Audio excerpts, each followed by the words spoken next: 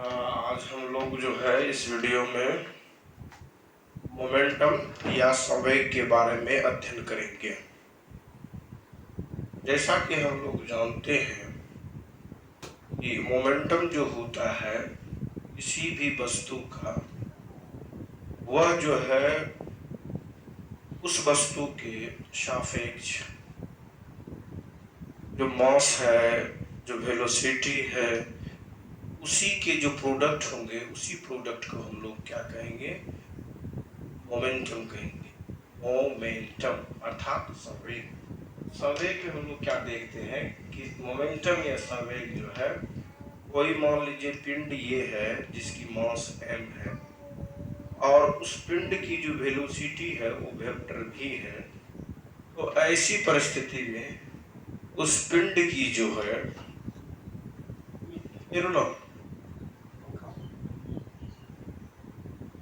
Momentum संवेग vector v, ये जो मास m और वेलोसिटी v है, इसमें हम लोग लिखेंगे m into vector v। m into vector v, यही vector m into vector v जो है मोमेंटम है और इसको हम लोग वेक्टर p से इंडिकेट करते हैं। तो यह क्या है? यह एक वेक्टर क्वांटिटी है। मोमेंटम एक वेक्टर क्वांटिटी है, इसलिए ये जो है आपका वेक्टर है और ये स्केलर है। वेक्टर जो है v वेक्टर है और m जो है स्केलर है। मतलब यह अदिश है और यह सदिश है। जब ये अदिश है और ये सदिश है, सदिश और अदिश के बीच का जो प्रोडक्ट होगा वो सदैव जो है सदिश होगा। इसलिए m और वेक्टर v का जो प्रोडक्ट है ऑलवेज वो क्या होगा? एक वेक्टर क्वांटिटी होगा और वह वेक्टर p के बराबर होगा, जिसे हम लोग मोमेंट कहेंगे। तो मोमेंटम कहेंगे। मोमेंटम जो है संवेग को कहते हैं और मोमेंटम का जो नेचर जो होगा वह वेक्टर नेचर होगा, वह सदिश क्वांटिटी होगा, वह जो है वेक्टर क्वांटिटी होगा या सदिश होगा। तो मोमेंटम क्या है? मोमेंटम एक सदिश राशि है जिसको हम लोग क्या कहते हैं? Vector quantity. यह जो है वेक्टर क्वांटिटी है या सदिश राशि है। और मोमेंटम किसी ऑब्जेक्ट का क्या है? उस ऑब्जेक्ट का वेलोसिटी और उसके मास का प्रोडक्ट को पार्टिकुलर टाइम पर उस जगह का हम लोग मोमेंट कहेंगे। जैसे कोई एक ऑब्जेक्ट है, मूव करते आ रहा है, यहाँ पर है और इसकी जो वेलोसिटी v है, तो इसके इस मोशंस के ड्यूरेशंस में इस पॉइंट पर इस मास का जो वेलोसिटी वेक्टर v है, इसी पॉइंट पर वो मोमेंटम बताएगा कि ये एक m vector m into vector v है।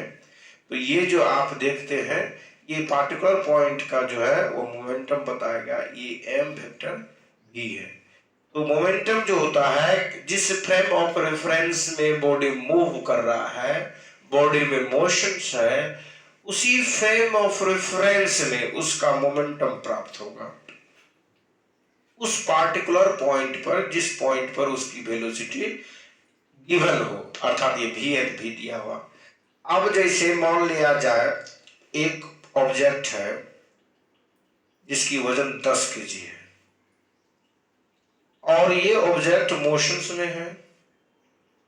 तो मोशंस में यहाँ पर मान लीजिए इसकी वेलोसिटी 10 मीटर पर सेकेंड है, यहाँ पर 11 मीटर पर सेकेंड है, यहाँ पर 12 मीटर पर सेकेंड है। इस तरह से ये जो है बॉडी मूव कर रही है, तो इसकी जो वेलोसिटी है अलग अलग जगह अलग अलग है। तो यहाँ पर जो इस डायरेक्शंस में जो जा रही है, जो इसकी दिशा है, इस दिशा के इस पॉइंट पर जहाँ पे इसकी वेलोसिटी 10 मीटर पर सेकेंड है, तो 100 किलोग्राम इंटू 10 मीटर पर सेकेंड। यहाँ पर इसकी जो वेलोसिटी होगा 10 kg गुना 10 मीटर पर सेकेंड। यहाँ पर जो होगा वह क्या हो जाएगा? 10 kg इंटू 11। यहाँ पर जो होगा 10 kg इंटू 11 और यहाँ पर जो होगा 10 kg इंटू 12 और यहाँ पर अगर मान लीजिए कुछ देते हैं, 13 देते हैं, 13 मीटर पर सेकेंड। यहाँ 14 मीटर पर सेकंड, यहाँ पर अगर 14 मीटर पर सेकंड है, यहाँ 13 मीटर पर सेकंड है, 12 मीटर पर सेकंड, 11। तो इस तरह से मान लीजिए जिस जिस पॉइंट पर निकालना हो, जैसे इस पॉइंट पर, तो इस पॉइंट पर क्या हो जाएगा आपका 10 kg गुनी आपका 12 मीटर पर सेकंड। फिर इस पॉइंट पर जो यहाँ पर पॉइंट जो है उसका जो भी रहा हो 13 है, 13 में क्या करेंगे 10 गुना 13, इतना जो हो जाएगा आपको kg मीटर पर सेकंड जो होगा, यहाँ पर इसका मोमेंटम होगा। इसी तरह से प्रत्येक पॉइंट पर जो मोमेंटम होगा वो क्या होगा, वो वेलोसिटी पर डिपेंड करेगा किसी ऑब्जेक्ट का। दैट मीन्स मोमेंटम जो डिपेंड्स करेगा किसी ऑब्जेक्ट का वो directly proportional to the velocity होगा। अगर वो वेलोसिटी बढ़ रहा है तो मोमेंटम भी बढ़ेगा, वेलोसिटी घट रहा है मोमेंटम भी घटेगा। तो vector p is directly proportional to vector v, means p के बढ़ने से v बढ़ेगा, p के घटने से v घटेगा, या v के बढ़ने से p बढ़ेगा, v के घटने से p घटेगा। Means vector p is directly proportional to the vector v।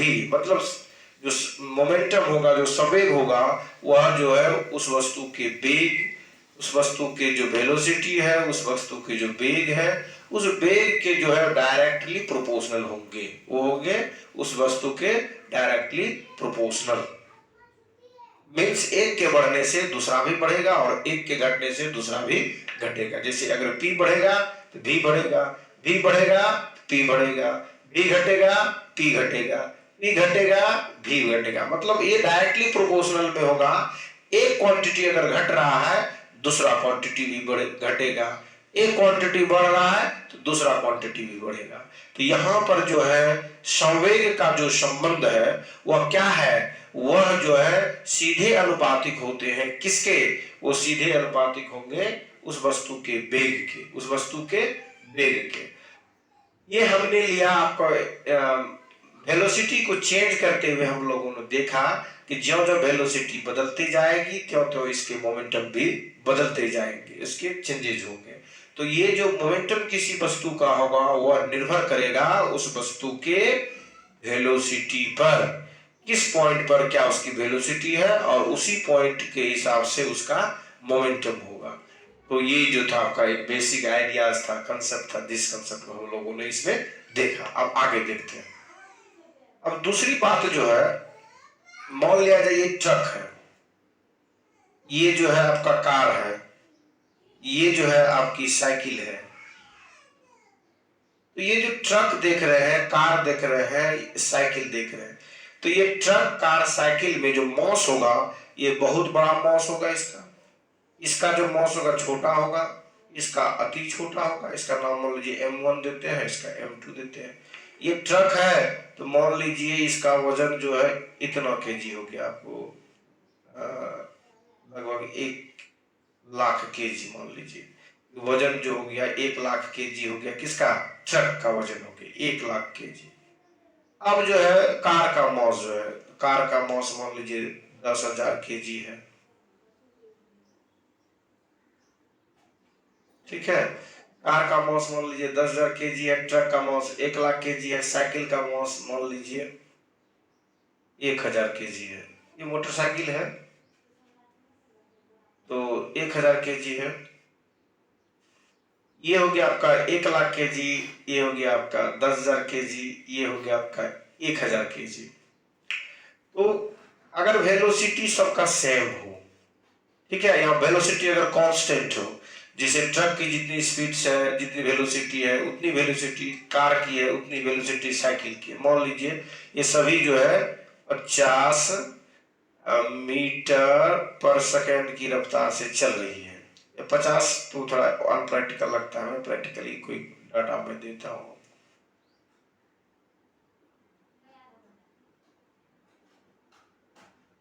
पाँच मीटर पर सेकेंड, ये मान लिया जाए कि कोई 3 मतलब बॉडी है, एक है ट्रक, एक कार है, एक साइकिल है, और तीनों को जो स्पीड है वो 50 मीटर पर सेकेंड है। मतलब ये जो है एक सीधी एक इस दिशा में जा रही है, तीनों जो है अपने अपने इस सीधी दिशा में जा रही है।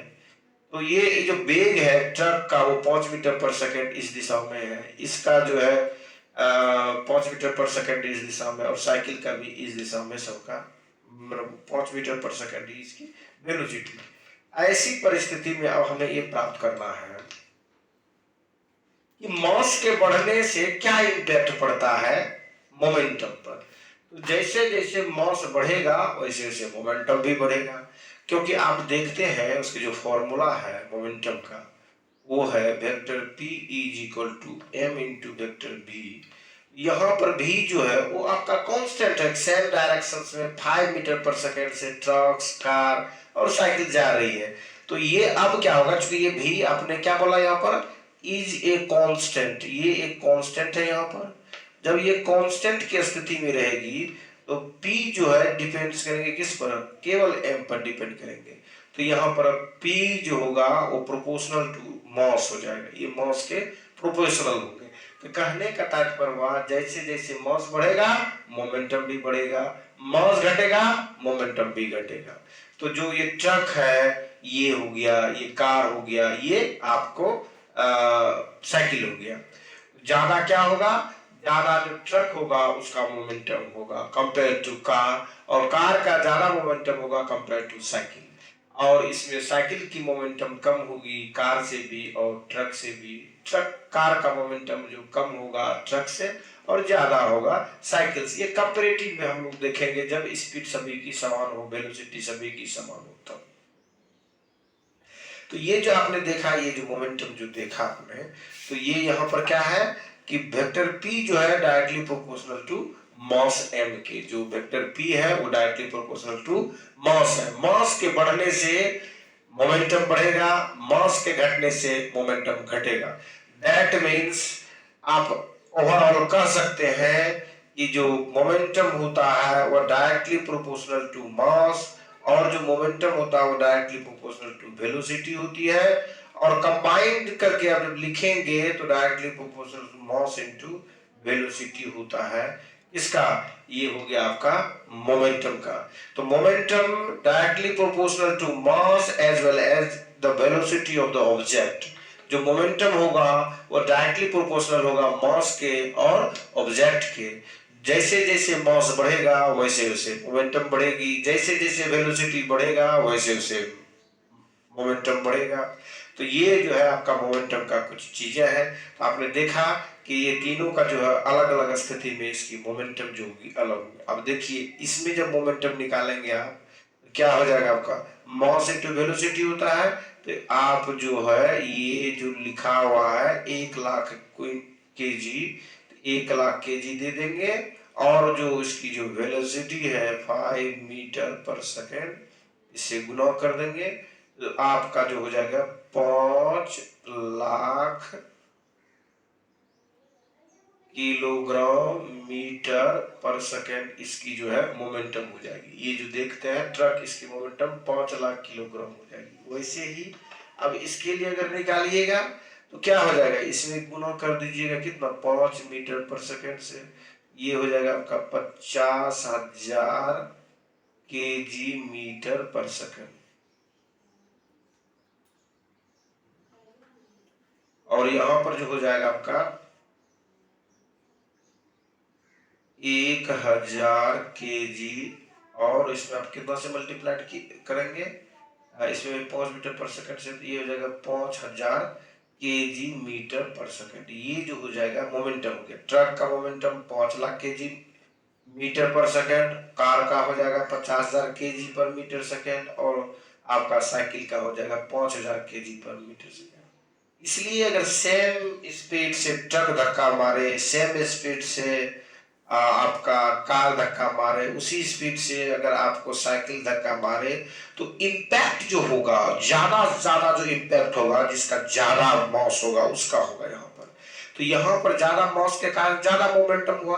तो मोमेंटम ज्यादा किसका हुआ, ट्रक का। मोमेंटम सबसे ज्यादा किसका हुआ, ट्रक का। ट्रक का मोमेंटम 5,00,000 किलोमीटर पर सेकंड हुआ, कार का 50,000 kg पर मीटर सेकेंड हुआ, और 5,000 kg आपका जो हो गया मोटरसाइकिल का इम्पैक्ट हुआ। तो ऐसी परिस्थिति में जब आप ये देखते हैं तो इम्पैक्ट जो आपको लगेगा कि मैक्सिमम इम्पैक्ट किसने दिया, तो मैक्सिमम इम्पैक्ट आपको ट्रक ने दिया, फिर किसने दिया, कार ने दिया, फिर किसने दिया, साइकिल ने दिया।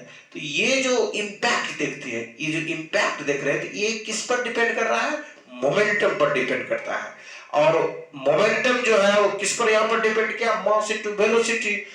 वेलोसिटी तो सबकी सब चेंज सेम थी, तो चेंज कौन था, मास था। जिसका ज्यादा मास उसका ज्यादा मोमेंटम। तो ये जो है ज्यादा मास था तो ज्यादा मोमेंटम, ज्यादा मास था ज्यादा मोमेंटम, ज्यादा मास था कम मास था कम मोमेंटम। तो इससे ज्यादा मास था इसका इसका तो इसका इसके अपेक्षा ज्यादा इम्पैक्ट होगा, इसका इस दोनों से ज्यादा इम्पैक्ट होगा क्योंकि ज्यादा है।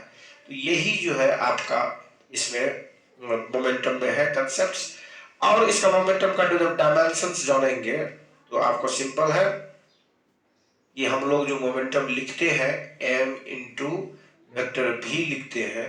तो पहले इसका एसआई यूनिट्स देखिए, मास है तो इसका किलोग्राम हो गया, वेलोसिटी का होता है मीटर पर सेकेंड, तो ये हो जाएगा आपका एसआई यूनिट्स किलोमीटर पर सेकेंड। किलो के लिए हम लोग कैपिटल M डायमेंशन में लिखते हैं, मीटर के लिए हम लोग लेंथ L लिखते हैं, और S सेकेंड्स है, टाइम है, इसके लिए हम लोग T लिखते हैं, तो बाई T दीजिएगा।